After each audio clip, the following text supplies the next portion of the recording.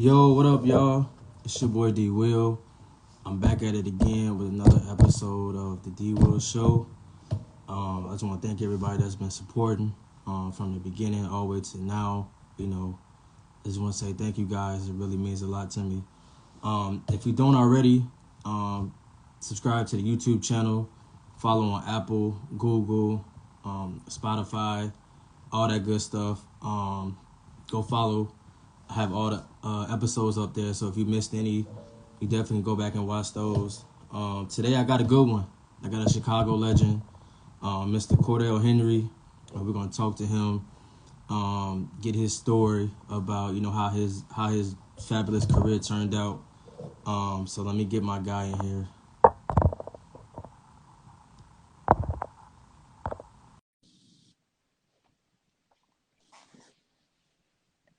My guy, What's going on, man? how you doing? Man, pretty good. How about yourself? Thanks for having me. No problem, man. I'm doing good. I'm doing good. I'm glad we kind of crossed paths, and I was excited to really get you on here. So I thank you for being open and working with me as far as setting this up. Oh, no doubt, no doubt. Man, so how are this last few years of life has been crazy for everybody. How have you and the fam been holding up, getting through this whole different way of life right now? Man, just taking one day at a time, bro. My wife, we got two kids. Well, Hmm. actually, two kids in the house now. We have a 3-year-old, 1-year-old, and we got two teenagers in college, and we got one in the West. I got four daughters. So man, Okay. I just been busy, man. These years, Yeah, just literally taking one day at a time, man. But I've been blessed though. I'm a family man, so I love it. I love marriage life. definitely. Okay. All right, well, we're gonna get right into it. The first question I always start off with is, for you, just kind of talk about your upbringing, where you from, who, if it was a particular person that kind of put the ball in your hand, did you play any other sport? And then we'll just go from there. Yeah, man. I'm from the South Side of Chicago, Auburn, Okay. Gresham. Born and raised. Been there all my life. But just following my brother. I'm the baby of the Hmm. family. I have an older sister, older brother. So my brother basically played basketball and baseball. And then my Okay. sister played basketball. So it was like, I just followed them.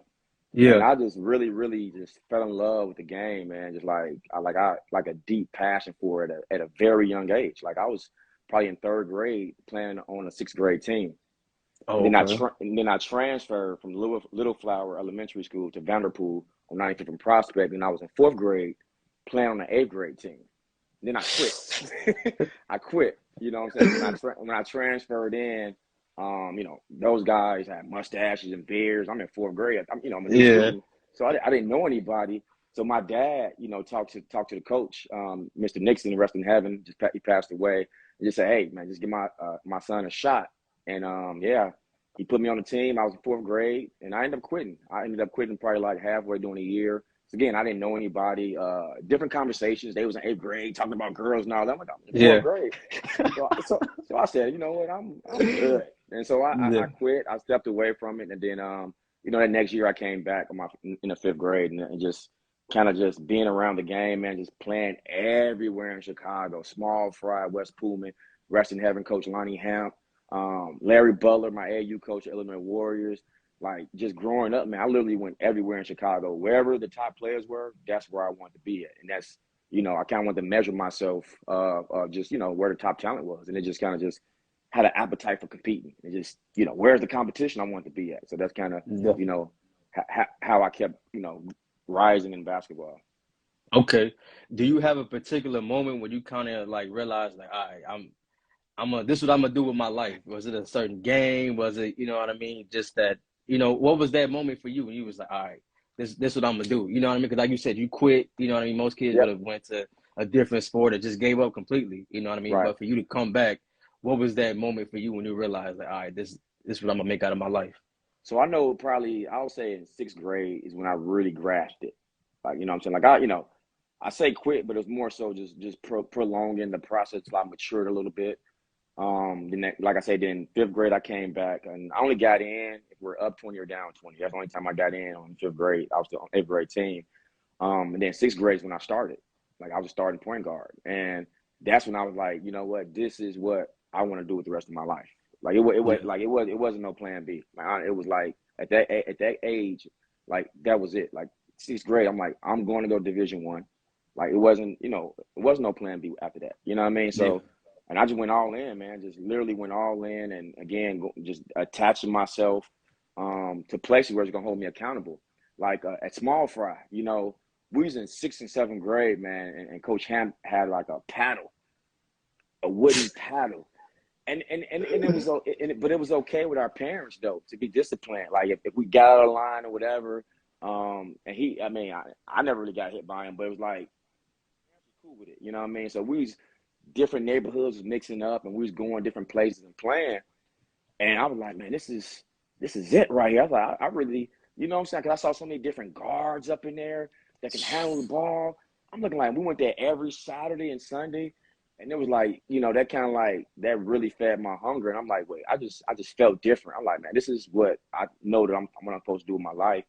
And I just went all in, man, in sixth grade. And fast forward to that, to eighth grade, I want my name, like in Chicago, it's like a thing. You always want to be in the newspaper. So I'll never Definitely. forget, I saw Larry Holloway, who's older than I was, and he was on the back of the Chicago Sun-Times. Like, yeah, a colored picture, and I'll never forget, he was sitting on the chair with a ball. I said, I want that. I want to be like a Larry. I said, I want that. I want to be a top eighth grader in Chicago. I wanted that. And so, man, I was blessed. Again, I went to Vanderpool. We had a really good team. Coach Stanton, who's my high school coach, came and kind of recruited me. Came a lot of my grade school games, and he had me playing varsity my freshman year. Again, I was playing with senior, and here I go again. Here I am, a freshman playing with older class with mustaches and beards. But this Yeah. time I was like, you know what? Nah, I'm not. God will put you in places, man, where it's like history. I saw it before, so I thought, all right, what are you gonna do with this situation now? What are you gonna do with this opportunity? And so I went full force, man. I was a freshman. One of my other best friends, Dennis Gates, he was a freshman. He was like, man, you going to Whitney Young? Going to Whitney Young with you. And then Quentin Richards, my other best friend, he went to Brother Rice. So his Yeah. dad wouldn't let him come to Whitney Young his freshman year because we all grew up playing the AAU. And Yeah. so second year, Quentin Richardson came to Whitney Young. So now we had Quentin Richardson, Dennis Gates, like everybody that I grew up with. And we was all, that was the core. You know what I Yeah. mean? So we felt comfortable, and man, we just for one thing, we knew how to win. Because like Yeah. in eighth grade, we won pretty much every traveling team, every championship we won. And so now we at Whitney Young. One thing we knew was like, all right, we're still young on a different level, but what we knew how to do was compete, and what we Yeah. knew the characteristics of winning. And so once we got it together and got everybody else on board with us, man, it just kind of just took off, man. That junior year, we didn't lose to Chicago. We didn't lose to one team in Chicago our junior year. We didn't lose to one team in our senior year. We didn't lose to nobody in Chicago for 2 years. Cause y'all had that chemistry, y'all had that brotherhood, really. You know what I mean? Where it's like, I know how you play, I know where you want the Absolutely, ball, I know what you dislike. So absolutely. man, and like I said, I'm glad you brought that up because, like I said, I was watching y'all game where y'all played at State. You know what I mean? And just seeing how, like you said, how much of a dynasty you guys had with just playing with each other. You know what I Right. mean? And it just basketball is not the same no more than when you guys were, you know what I mean, we're playing. Now it's more like everybody want to team up, everybody want to go be on the highlight reel. It's not real, like real Right. raw grind from Right. the gutter type of style of play. I agree. Um, And going back to that, like me and Q and Dennis, we talked. We still good best friends to this day. yeah, Me and Q, we didn't do nothing that game, the championship. The game you saw, the championship, like the state, like I couldn't score a basket.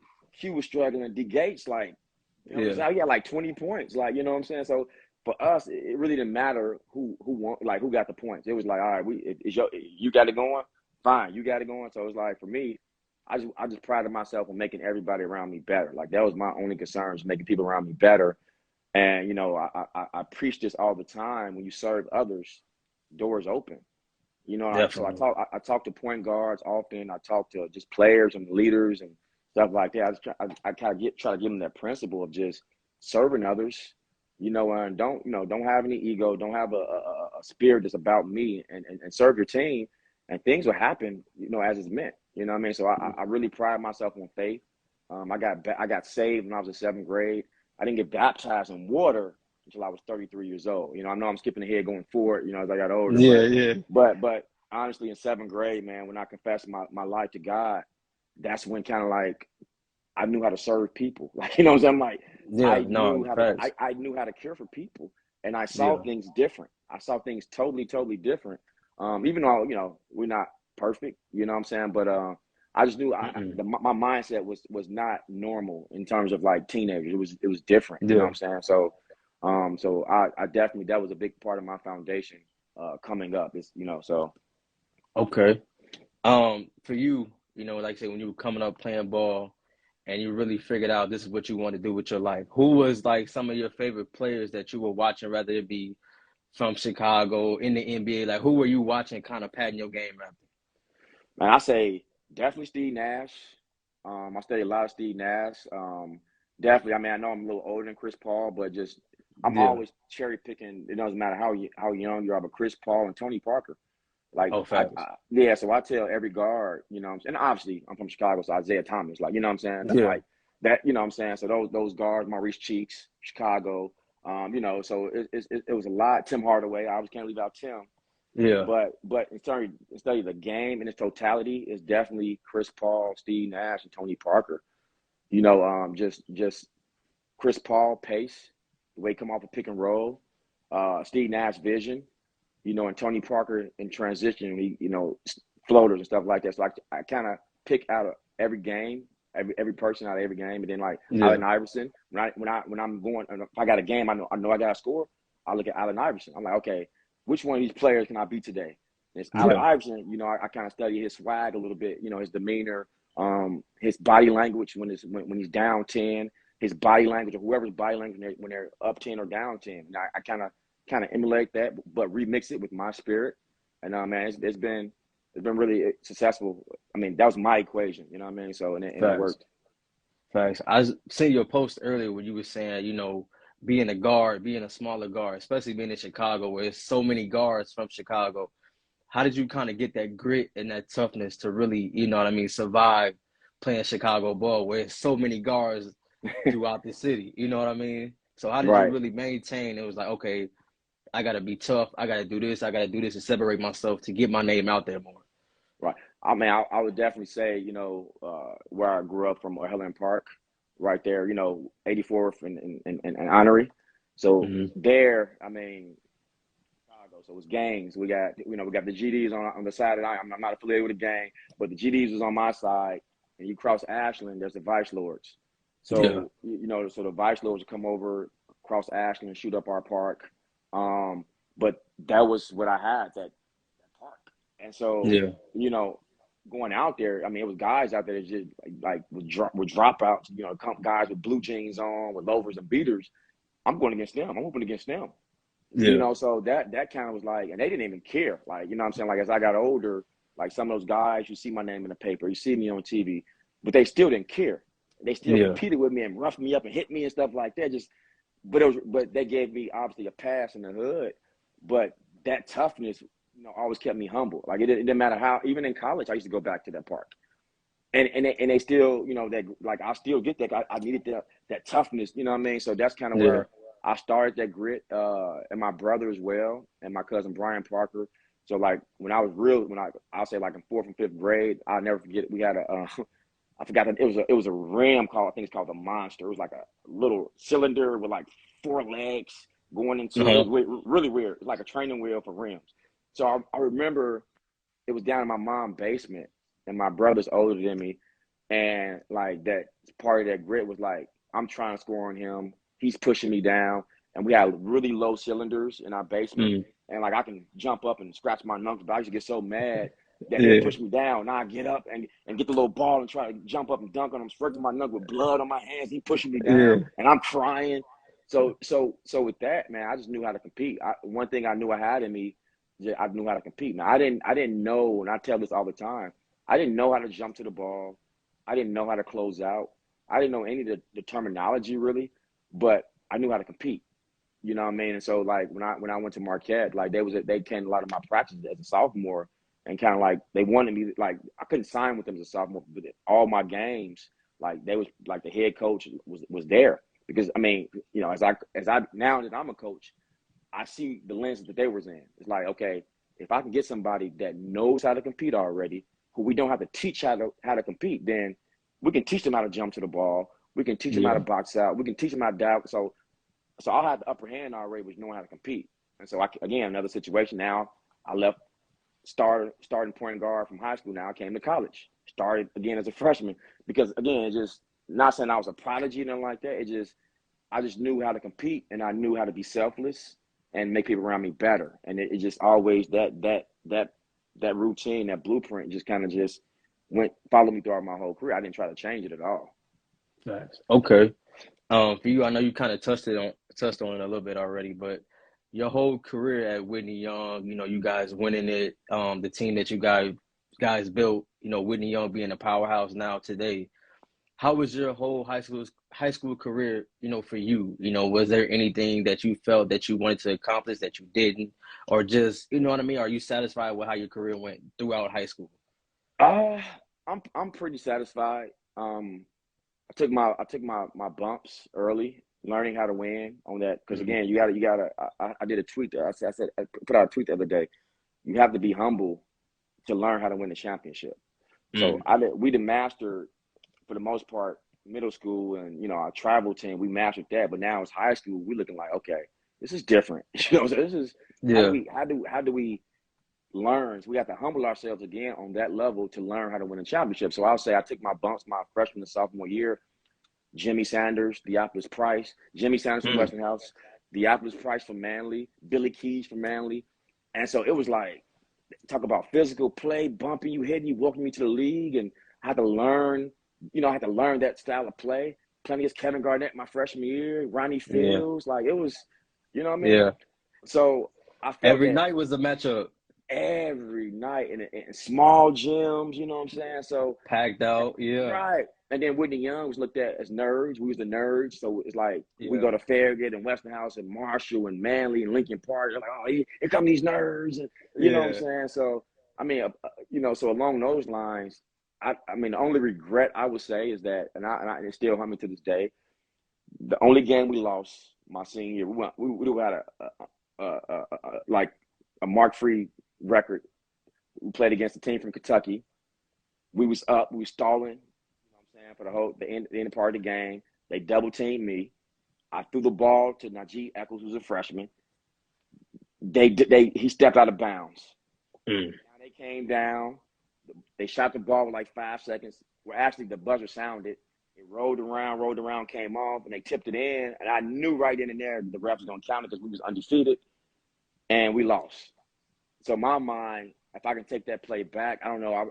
I would have kept it or just tried to attack, but the philosophy was to stall, get the last shot. But we were stalling for like 3 minutes, and we just passing. So they tried to get the ball out of my hand, so they doubled me. And so I'm like, make the play, make the LeBron James play, get the right play, got it out of my hands, and the freshman stepped out of bounds, and so that was one regret that I have to this day, and because we'd have been undefeated. And then Quentin Richardson went to the media and said we would not lose ever again. This was in December, early part of December. And he made a statement. So y'all was what, a month and a half? Yeah. Okay. And he said that he's like, we will not lose again. And then my coach at Georgetown got mad at him. I'll never forget the next day in practice. He's like, why would you say that? Because it was in bold print and sometimes the next day. But he meant it because our spirit, the way our spirit was set, it was like we wasn't going to lose, and we didn't lose the rest of the year. Look, Q Rich gonna tell Coach, look, I told you, man, that's just the competitive edge. Yeah. But that's the one regret that still haunt me to this day. But that's part of life. You learn from it. So. Okay. For you, just kind of talk about how special Q Rich was for you. You know what I mean? You being there with him, when you guys were younger, to really see how his career turned out. I was watching the game and I didn't know he was doing like 20 and 12. You know what I mean? So it was new to me. I'm kind of young, so like a lot of my guys tell me, oh, watch this guy or interview this guy, watch a film on him, stuff like that. So that's why I was like, okay. So every night I'll watch a game from like 95, right before my time.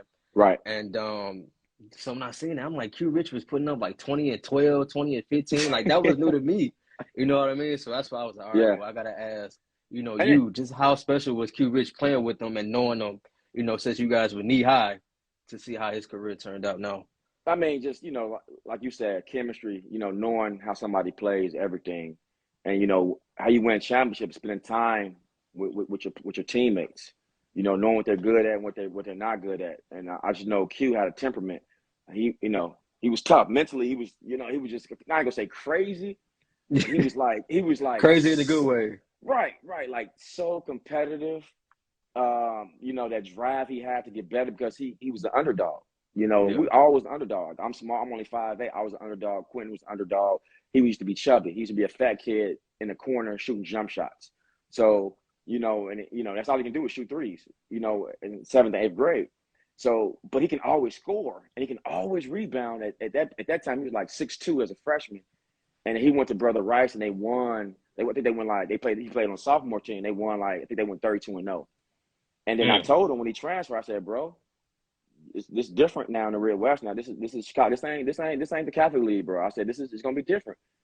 And then the summer came at King B. King, and he was doing the exact same thing that he was doing it, bro. I said, bro, how are you doing this? He's only 6'4", but he had a knack for rebounding. Like, I can't explain it. You know what I mean? And then he got to college and did the exact same thing. Averaged 20 and 10 his freshman year in college. And I'm preparing for my first game at Marquette. I'm in the training room. I'll never forget this day. I'm in the training room getting my ankle tape. And our assistant coaches came in because we're about to get up and play for exhibition. They came in like, man, your boy just went off. He had 20 and 10 his first exhibition game. I said, what? And it was like, after our game, I called him immediately. I said, bro, what's wrong with you? But his drive was always that he's the underdog. And he had some stuff, in his life. His mom passed away when he was in 7th grade. And later on, his brother got killed at the same time. Then later on, he got to the NBA, his other brother got murdered.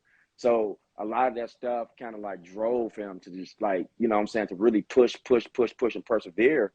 And, that was his motivation. And that was kind of his way out. But we've been cool since 8th grade, man. Just I'm either at his house, he's over my house.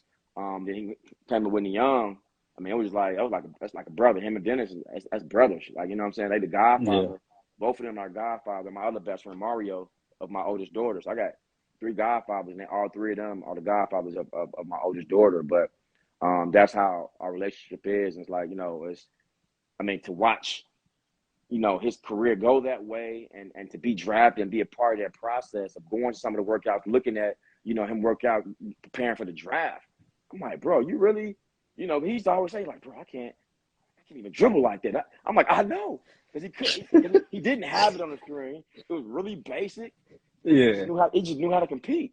Yeah. But when it came to competing, and I say this all the time, I'll take a person that has the appetite and the hunger to compete over somebody that's skilled.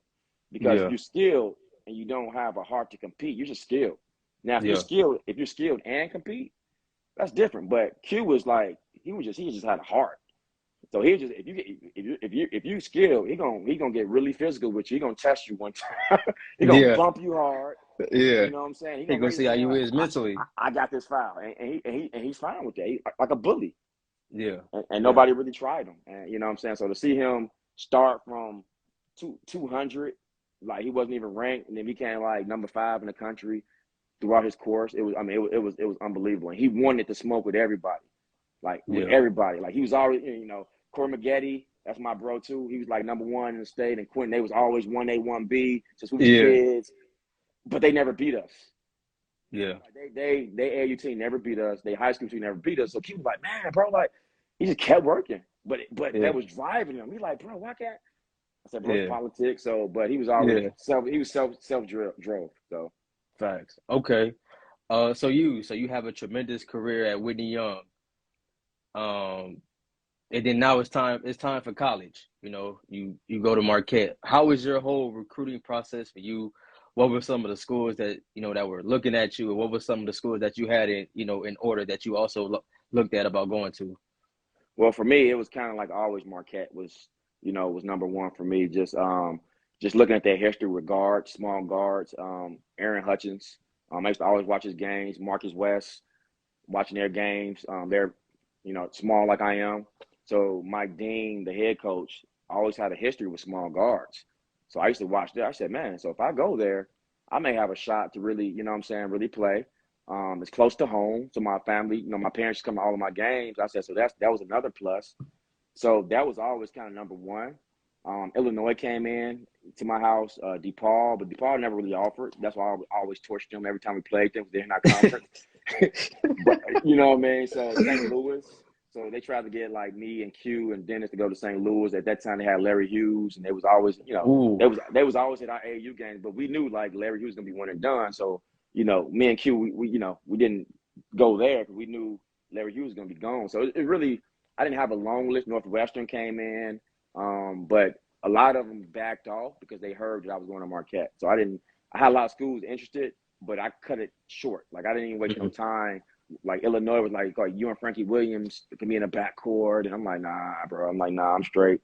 And so and so I just felt Marquette. Bo Ellis is from Chicago, so I felt like you had a mentor there.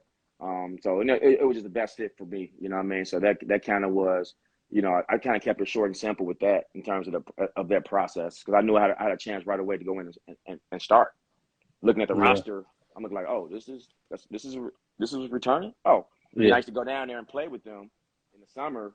And then So you had a feel with them. Yeah, because Brian Wardle, who's playing on our AAU team, who now is the head coach of Bradley University, so he played on our AAU team, and he used to always have me come down there. Because again, Brian Wardle's a shooter. He's like, bro, you need to come here because again, we had that chemistry, and so I felt comfortable with him. I know his game. He started as a freshman too. So I used to come down there all the time, make that drive. Me, Quentin, and Dennis used to go down there all the time. And I would say this, and I think I told the coaching staff later on, some years later, that we all was gonna go there. Me, Quentin, and Dennis was all gonna go to Marquette. It was a done deal, but they knew I wanted to go there. But here's what happened. They stopped recruiting Dennis, because Dennis is a 2 guard. They stopped recruiting him. Q got mad and said, "I'm scratching him off my list." And we told them this like years later, like maybe we was out of school, like 8 years we was out. We like, bro, y'all could have had all 3 of us, but y'all stopped recruiting Dennis. And Q got mad and scratched them off. And they would have all 3 of us. It was a done deal. Yeah, it was a done deal.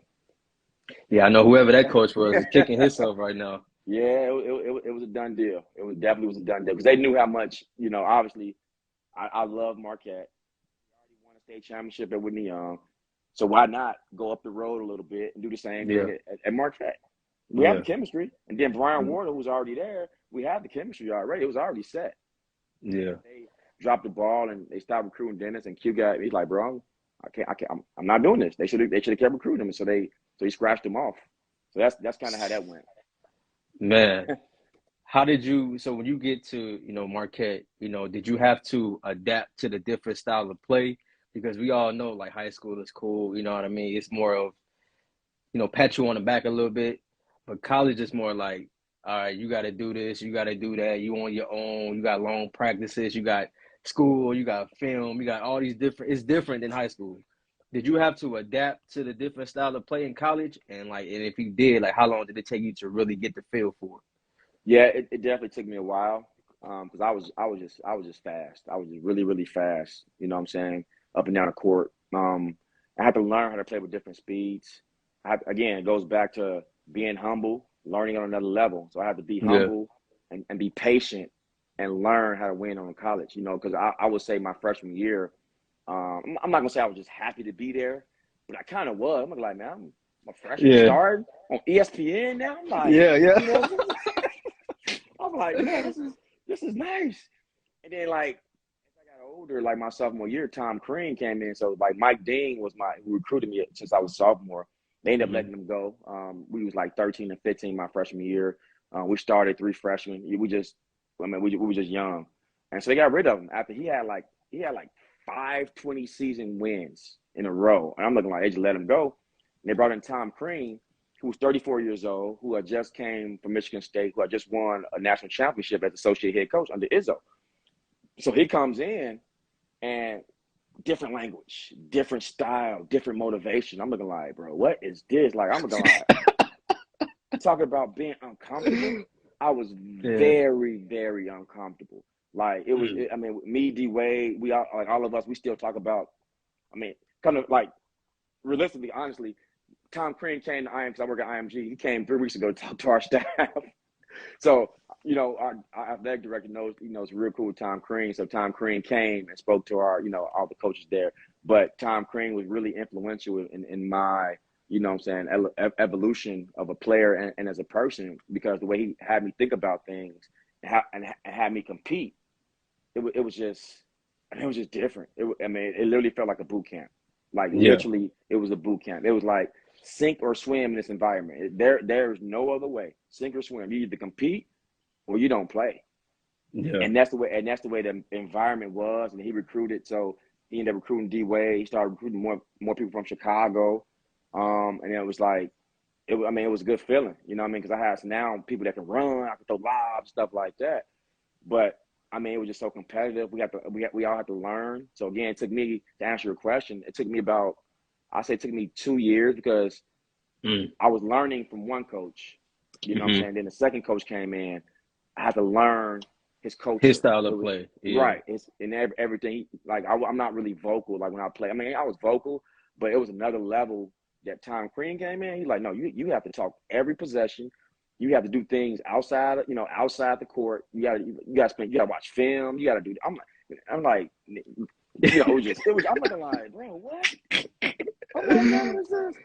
But, so it was kind of a push back and forth, understanding what his demands were, and I'll say about the end of my sophomore years when I got it, I said, okay, I see what you're saying now. And then junior year and senior, I just took off. I understood what leadership really, really, really was. And I just kind of just took off. And then, but Tom Crean was definitely, I'm thankful for Tom Crean and Mike Dean. Mike Dean gave me the opportunity to come to Marquette, and then Tom Crean kind of just gave me that different outlook of being a leader and making people around me even better than what I thought I was.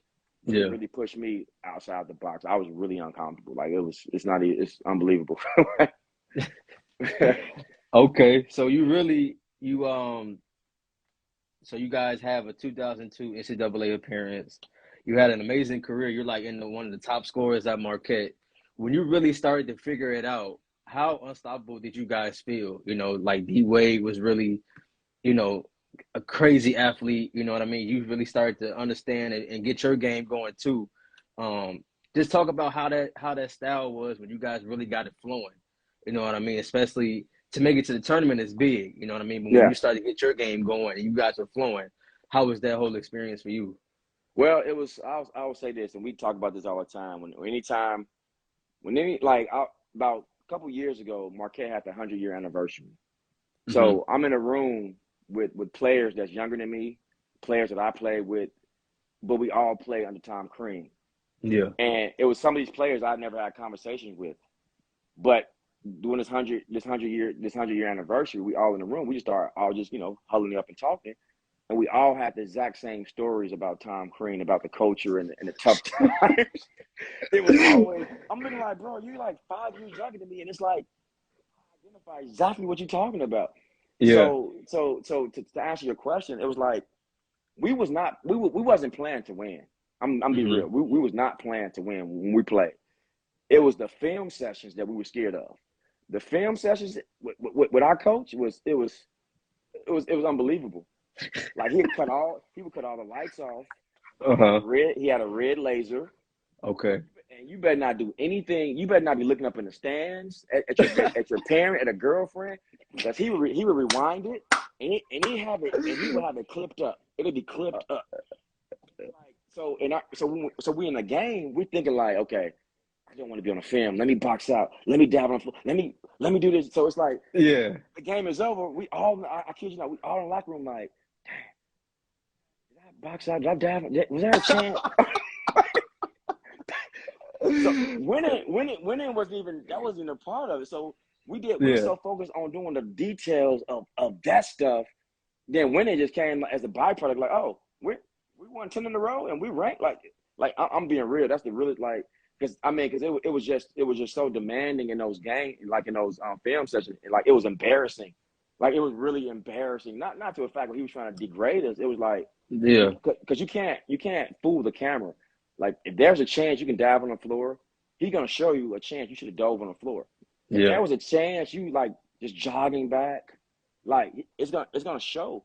And so Yeah. you get there, and as comrades, as players, we looking like, once he leave, we like, bro, he's like, what I'm saying? So so so that culture is like, okay, we can joke down here, but once we go upstairs, it's like, oh, you better it's go time. And then, you know what I'm saying? And he filmed everything. He filmed all the practices. Like it was just so unconventional things he did and how he thought about leadership. And it's like D Wade just bought in and how his leadership kind of grew because D Wade wasn't really talkative either. So like, but Yeah. but he had a presence, you know what I'm saying? And then everybody just started, you know what I'm saying, just coming together, and everybody roles just started being defined and just started just following. And it Yeah. was like, man, it was easy and it was fun. Like the games became fun because all we knew was like how to compete. So it reminded me of high school. Like it reminded me of, I'm like, man, like we supposed to win. Like we entitled to win. You know Yeah. what I'm saying? Like some players, like the young millennials, sometimes they think they're entitled to certain things, like entitled to like they to be ranked. But for us, it's like we're entitled to win because we know the work we put. Like ain't nobody working like us. Like that's a fact. Like nobody worked like us in Marquette.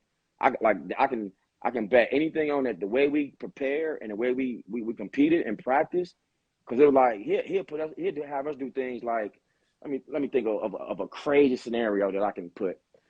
So he had one in the weight room where you have a partner, right? So let's say you're Hmm. my partner. You have to do a 3 minute hang off like a chin up, you gotta climb up there and do a 3 minute Hmm. hang, and then your partner had to get like some sand. It's like big sandbags. It was like 50 pounds or whatever. You gotta you gotta walk around. It was a big room, like the weight room. You got to walk around 3 times, and so you got these bags in your forearm is burning, but you're looking at your partner struggling, and because if he come down, you got to start over. So you're looking at him, but you're like, and your arms are burning. So if you do drop those bags for once, you're like, man, and you looking up there, you're like, man, let me, because you don't want to drop. So it's like, and so it's like you got to go around 3 times. But it's like he's depending on me, and I'm dependent on him. And so Yeah. like, and he'll put me with the like sometimes like not the strongest person mentally, and I gotta Yeah. like try to get the best out of him. So it created something that was like a spirit that was so strong. You know what I'm saying? From 1 to 13, it was like the spirit was so strong. I'm not saying we was Yeah. perfect. We lost games obviously, but what was started, because that was my first time ever in an NCAA tournament. I played NIT, but I never. That was my first time NCAA tournament. What was started, I was like, man, like I literally cried. Like at Whitney Young, I didn't cry. Like we went, Mhm. like I knew we was gonna win. I'm like, bro, we Yeah. It gonna was nothing to you. nobody can beat us. Yeah, ain't nobody gonna beat us. But that right there of starting my freshman year to my senior, and understanding like what it took, then that culture just shaped, and we was like number 8 in the country my senior year. I literally we was in St. Louis. We got to the locker room. I literally looked around the locker room, and I just cried, bro. I'm like, Dwayne Stevens, well, he just got a new job, but he was a Michigan State associate head coach for like the last 10 years. I'll never forget. Like, I literally got in his arms and cried, like boo hoo. Looked around, I said, bro, this is like, because I knew that it wasn't me, but I was a part of something that helped lead him. I'm like, man, these dudes get it. They got it. And next year they went to Yeah. the Final Four. You know what I'm Yeah. saying? So but I felt a piece of that because I was in France. I'll never forget. I was in France, my first job, and I had the computer logged on, and I'm looking at every game. I'm like, you know what I'm saying? And Yeah. I'm looking like, man, I know what they about to go through in their locker room. I said, Yeah. I said, you know what I mean? So that was like, a nice, that journey. I really embraced it all. Just through start to finish. Travis Daner, shout out to Travis Daner. I don't know if he's watching it, but he was real influential. He pushed me. He was a freshman and I was a senior, but he was Mr. Basketball in Wisconsin.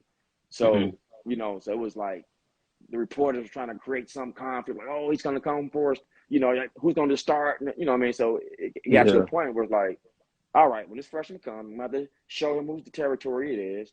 But he wouldn't back down. Like Travers would not back down. You know what I'm saying? He was competing with me. Then I had to compete with him and then I had to teach at the same time. So I had to compete against him and let him know, like, yo, this is my spot, bro. You're gonna bag me up, but we're gonna play together, one or the other.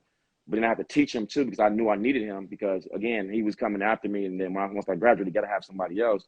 So it was so much competitive spirits going on every day in practice. It was like you can't come to practice and be like, oh, I got a bad day, coach. Coach, I ain't got it. Like, no, you're gonna get Yeah. exposed. Yeah. And that's the environment that was created. Man, just talk about. I know you said you didn't cry at Whitney Young when you guys won it, but like just to get to the tournament and to realize that this is the real deal. Did you ever imagine that? You know what I mean? I know you really can't imagine it, but like, why do you feel the emotions came when you were at the tournament and not when you won state? Did you feel like, was there something that kind of wavered your confidence a little bit, or was it just like, man, this is the real deal? Yeah, I mean, like I say, I just think that, on that level at Whitney Young, we kind of just mastered it. You know what I'm saying? I'm not Yeah, saying we was the best team, greatest team ever, but I mean, that's because back then it was a little different. Like now, there's Class A champion, Class 2A, 3A, foot yeah, like we didn't have that. It was either yeah. Class A, Double A. That's it. And they only had one team from Chicago go downstate. So if you go to the UIC Pavilion, there's only four teams from the city that's going, and one of those teams are going downstate. Yeah, And so for us to win, Red West is by far the number one conference in the country in America, and so for facts. us to win it undefeated 2 years in a row, to win city Mm. 2 years in a row, not losing nobody, and then to go downstate. Our junior was number 7 in the country, but we lost it. Pure Emmanuel had a powerhouse, like they won Oh 4 in a yeah, row. yeah, So what I mean. So we still have some learning to do. They had Sergio McClain, Marcus Griffin, Frankie Williams. They had a great team. Wayne McClain, rest in heaven. He was a great coach.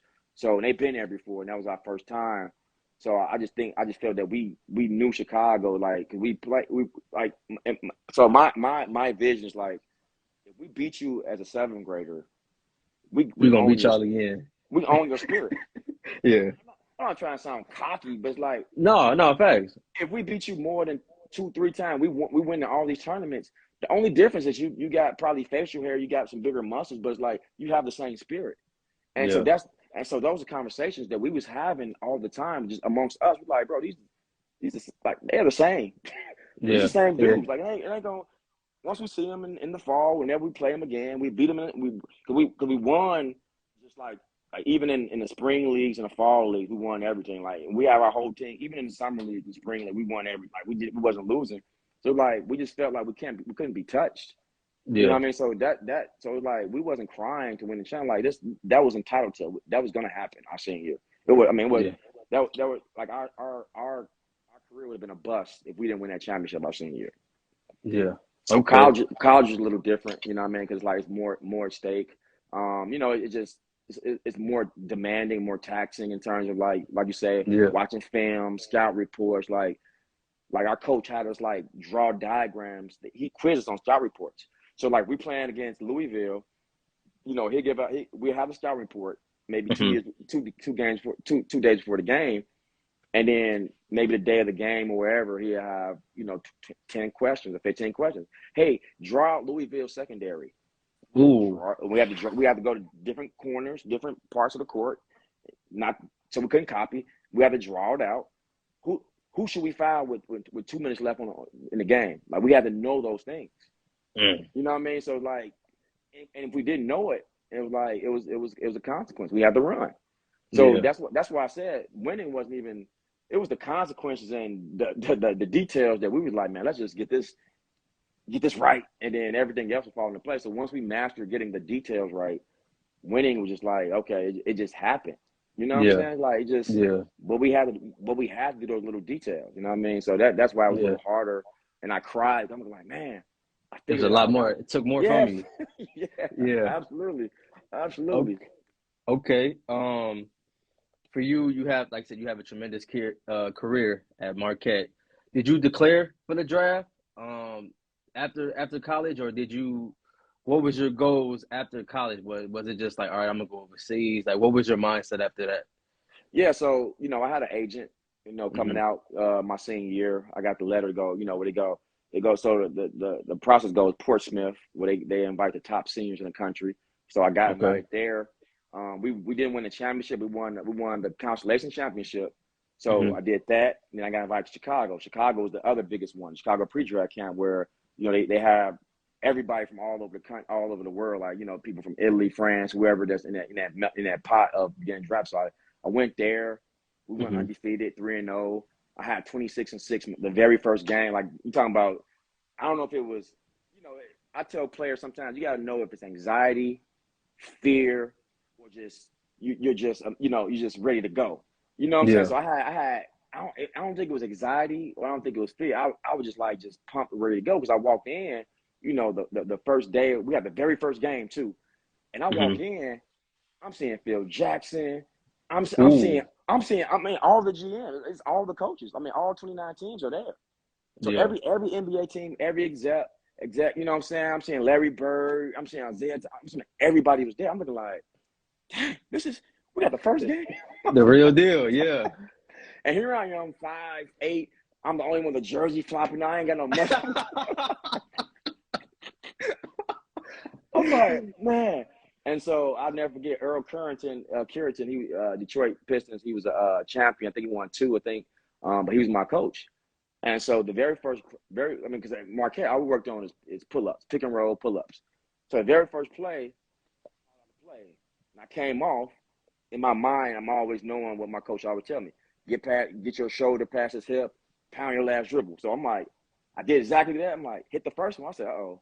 I said, oh, this it's a good feeling. And so I came Yeah. down, and I ran it again and hit it again. I said, "Oh man!" So now I got a little swag going, and Feel then from good. there, yeah, everything just started feeling good. And I literally had 26-6, and we won.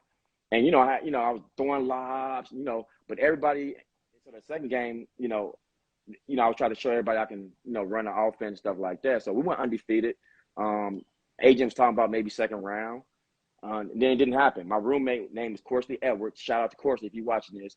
But his his first name was Corsley. And so he's my Yeah. roommate. And so I'm watching the draft. I'm looking like, it's like the last pick. Sacramento Kings select Core. I'm like, it's like Slee. And I said, I'm hearing a COR. I'm thinking it's me. They said Corsley Edwards. So, my agent called me like, hey, it's not the worst thing. So he got me on with the Indiana Pacers. That was my first time. That was my first summer playing with the Indiana Pacers. It went really, really well. They invited me back to vet camp, which I still have regret to this day. My agent at the time, who I fired, told me not to go. Because they already hired. They just signed, picked up a point guard already. So I ended up going overseas, man. I ended up going to France. My first year, unbelievable experience. Unbelievable experience. Just playing there, going to Eiffel Tower, just the culture of everything. Just Yeah. it just made me view life different. Just the food, everything. We 7 hours ahead. I'm getting paid to do something I love. I get a Yeah. car. I get a apartment. So I'm looking like, man, this not bad. The life. Did it? Yeah, you know what I'm saying? A kid from Southside, Chicago. I'm like, man, so that kind of pushed me. And then, so I played on 3 teams, played with the Milwaukee Bucks and Memphis Grizzlies. So I was in a mix to a 10-day contract and stuff like that. But God had me go in different countries. So, I love my path. I love my journey. I embraced it. I learned so much about myself, man. Just my spiritual path is one because I had a lot of downtime. If I was in the Yeah. NBA, it could have been a lot of fast movement going to different places where I shouldn't be. You know what I mean? So over there, it Definitely. was like I had a lot Definitely. of downtime, man. Like you know what I'm saying? Like practice, practice is over. I can come home and I have the whole day to myself. No school. So man, I just learned so much about myself, man. I'm really thankful for that opportunity that all the teams that gave me. You know what I mean? So it was life Yeah. changing for sure. Okay. Now let me ask you this. I think this is probably one of my favorite ones besides my other one. Who was like some of your toughest matchups? Rather it be college, high school, being from Chicago. Like, do you have a memorable tough matchup that kind of was like you was like, damn. And who Oh, was that one for absolutely. you? So I would say for high school, definitely Theophilus Price, definitely. I mean, Clyde Travis. I did an interview with him a couple months ago, and he bring it up every time we talk because he was the beat writer for Chicago Sun at the time. So he talked about that all the time. I was a freshman, and I'm not used to playing man to man like that. Chicago, we're Yeah. gonna press and we're going to zone. So at Yeah. that point, we had to play man to man, and this dude was just fast, getting to the rim. And so Clyde Travers he did an article the very next day, like, oh, Theophilus Price School, the freshman Cordell Henry, and blah blah blah. I'm like, so I took it, and life is about how you take things, and in that point, I said, okay, I'm gonna take my bumps. This is my Hmm. freshman year, so I started running the hill, man. I started running the hill on 87 down Ryan, in the summers, the spring and the summers. I said, man, I'm about to get athletic. I'm about to really get athletic, and I start, I ain't started really. I was grazing the rim, almost dunked my sophomore year. But Hmm. junior year, I was like windmilling and all that type of stuff. But that freshman year of that one incident kind of motivated me. Like, yo, I got to change. Like, I got to get Yeah. faster. My agility. I started jumping rope. You know what I'm saying? I was like really obsessed with just being better. You know what I mean? Yeah. And on top of that, the type of person I guarded in college was Steve Logan from Cincinnati. He was green light, averaged 22 Yeah. points a game. Like, he was Yeah. slow and chubby, had an old man game, step backs. I mean, he was just tough. You know what I mean? Yeah. But like, and I tell kids these days to this day, like, you can't be afraid to be embarrassed. Like, Yeah. when you want Facts. to be successful, when you want to grow, like, you got to allow yourself. I mean, nobody wants to be embarrassed, but you got to put yourself out there to be embarrassed. And you got to be in places where people are going to hold you accountable. You know what I mean? Yeah. That's how you grow.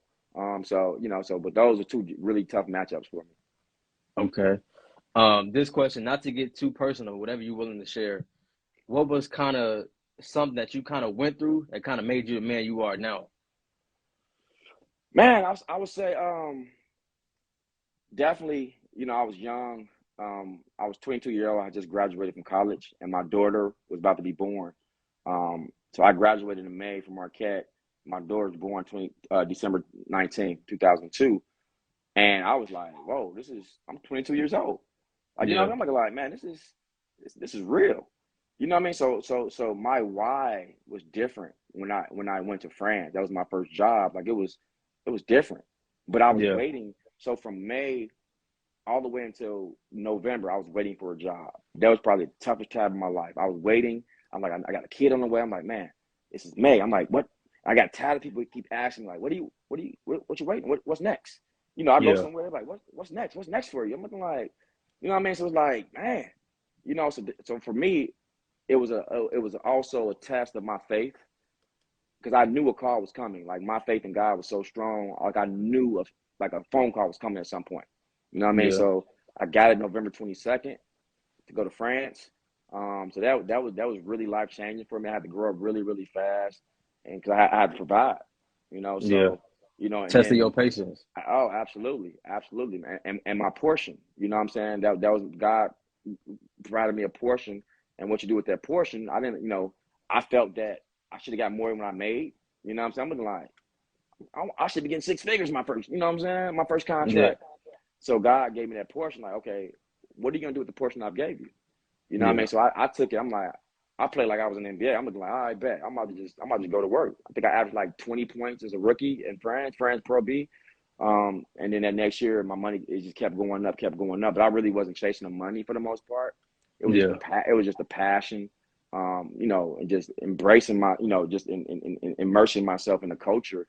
I mean, it was like, and not to be getting off track, but my wife and I, we want to live in Europe maybe 10 years whenever we retire, because it was so the way we saw life and viewed life, man. Like I won back-to-back championships in Portugal, and right before the pandemic, my wife and I, we went to Spain, and then we went to Hmm. Portugal. So I took her to the town where we won at, and I called all my teammates up, and we met in the exact same spot because I lived over there for 2 years. We met in the same restaurant that we used to go to after the games, and now we're older, we had our kids. So Yeah. they got their kids, and the manager and the Yeah. team, and we all got together.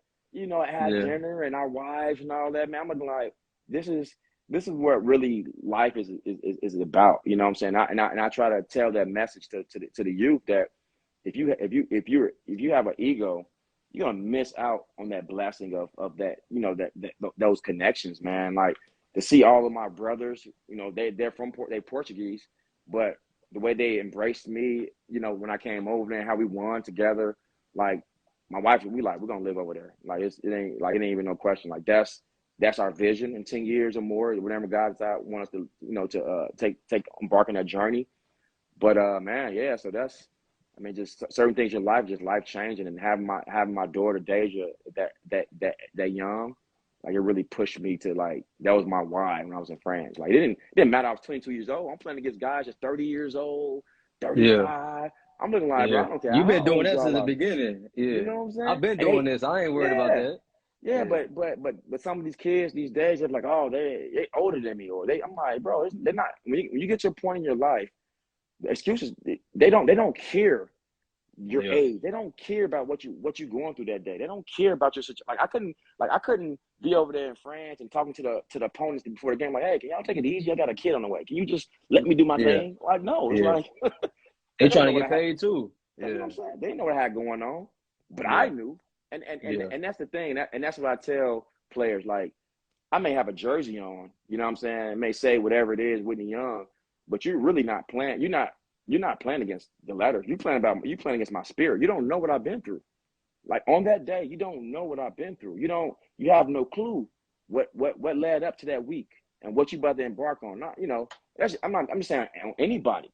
And Yeah. so if it's a player or individual that's like going through the motions and like, okay, the game is on Saturday, I'm going through the motion. I'm gonna go through the motion. Then that player on Monday, something really happened.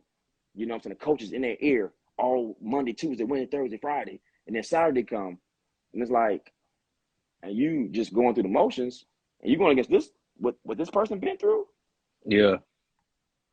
Gonna embarrass Yeah, you. absolutely, Bad. absolutely. Bad. So this question right here is probably my favorite one, especially Chicago people. If I was to say, I want you to create a team all time, five from Chicago, Ooh, don't do that. who who would be your five? Ooh, Who would be your, let's say you're gonna go against the New Yorks, the Houstons, the oh, LAs, the Atlantas. I want you to create your all time five oh, from the shy.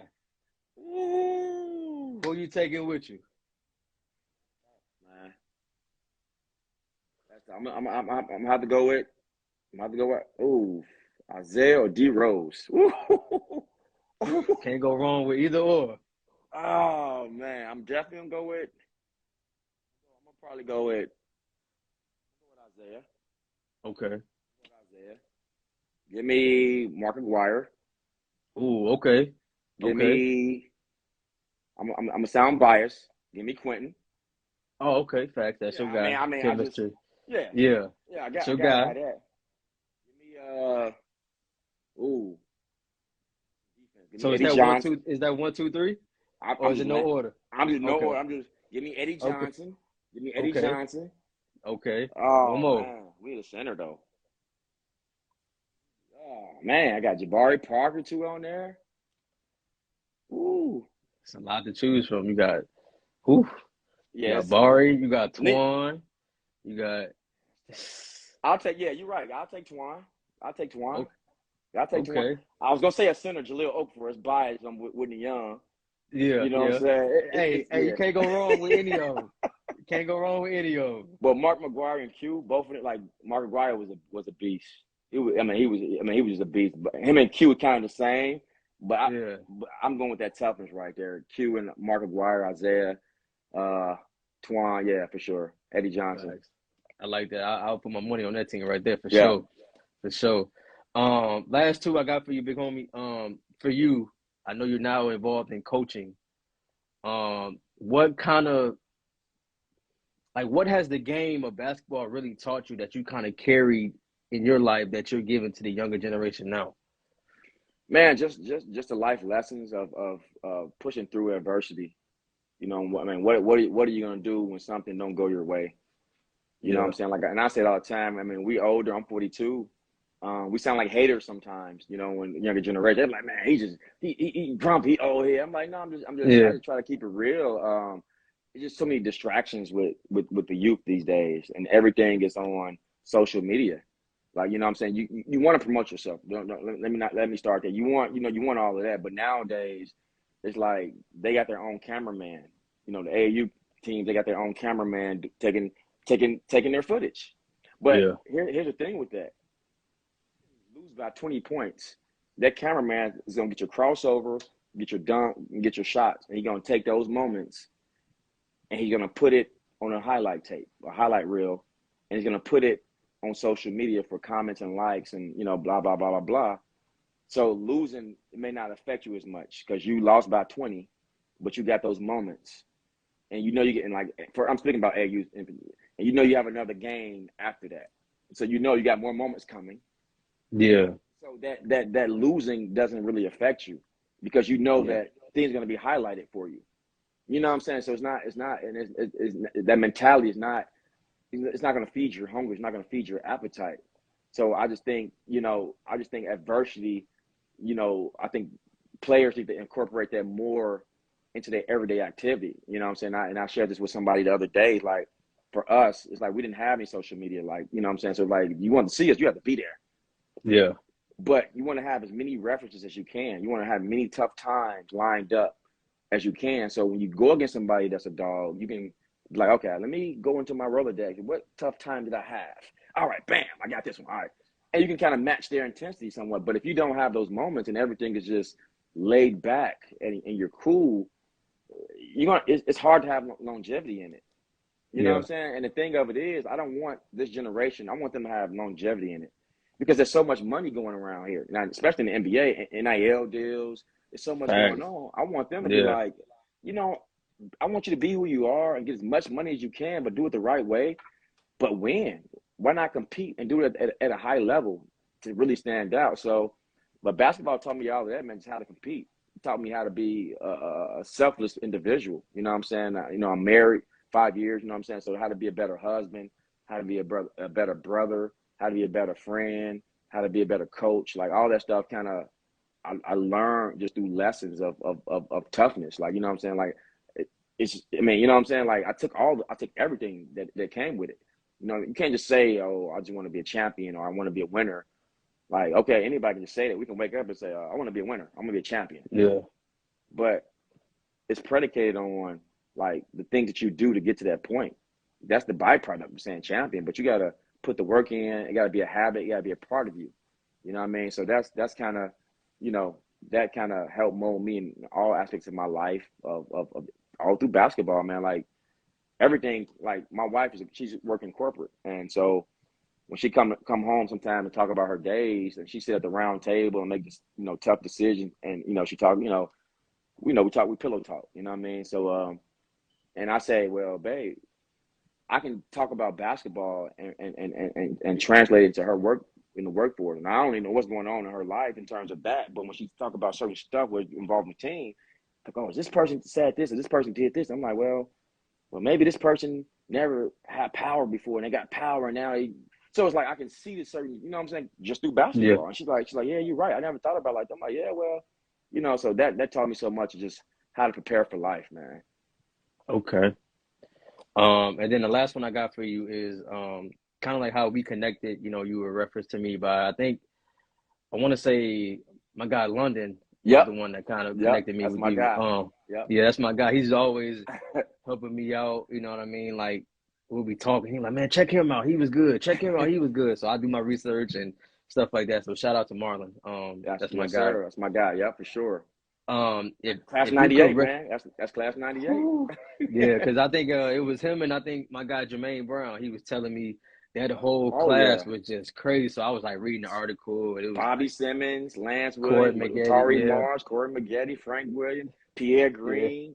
Like, there was so many Division I players in that class, man. It was like, rest in peace, man. I just blew blank. It'll come back to me. But yeah, it was so many going on in that class, man. It was unbelievable. Yeah. Man, I just wish the game I could have been around at that time, man. It was different. You know what I mean? The games then were different. Yeah. You know what I mean? You had Michael to be Wright, packed out. My bad. Me cut you off. Yeah, Michael Wright, rest in peace. Like that he was tough too. 6'9", went to Farragut. He was in our class too, but yeah. Okay. But no, if you could recommend somebody to have on my platform that kind of has a story that can be willing to help the next generation or just get a better understanding, who would you recommend that I have on my platform? And can you help me get that person on the platform? I'm gonna give it back to you. Did you interview Marlon yet? Did you? Yeah, I have Marlon. Okay. Here. Oh yeah, for sure. I had to grab him. Okay. Yeah, let me. I mean, it's a lot of them out here. Let me. Let me I can definitely get back to you. It's a lot of Okay. interesting stories, but yeah, I can definitely get Okay. back to you on that for sure. Okay. Bet. Bet. Bet. I don't want to put nobody on the spot right now. They be like, oh, No, who definitely, definitely, definitely. Yeah, yeah. We'll talk about it. We'll get something set up. is? My guy, man, I just want to say thank you. For taking the time out. It really means a lot. You know what I mean? Just I just want to show my appreciation when people really, is trying to help out with what I'm doing. You know what I mean? So take time out your day, especially around this time. So I just want to Oh, say it's all thank you for good. coming on my platform. It really means a lot. Best of luck to you and your family. And we'll stay in contact. And Okay, I'm gonna bring you in. I'm one of my big bros that can be like, all right, watch this dude right here. Watch this for dude right sure, here. We're gonna talk for sports all sure, the time. So man. I best of luck to appreciate you you, and the man. family. No, I appreciate you, man, for having me, man. And I like this, man. I love what you're doing, man. It's always connecting with, now we're OG now, 42, so we're connecting with the younger Yeah. generation, man. I think this needs to happen more, just to learn, we can learn from each other and pull from each other. But definitely, I'll, let you know who you should have on your platform for sure. Okay. But I Bet. appreciate you, Bet. man. It was an honor, bro. Definitely. Definitely. I appreciate you, man. You have a good one.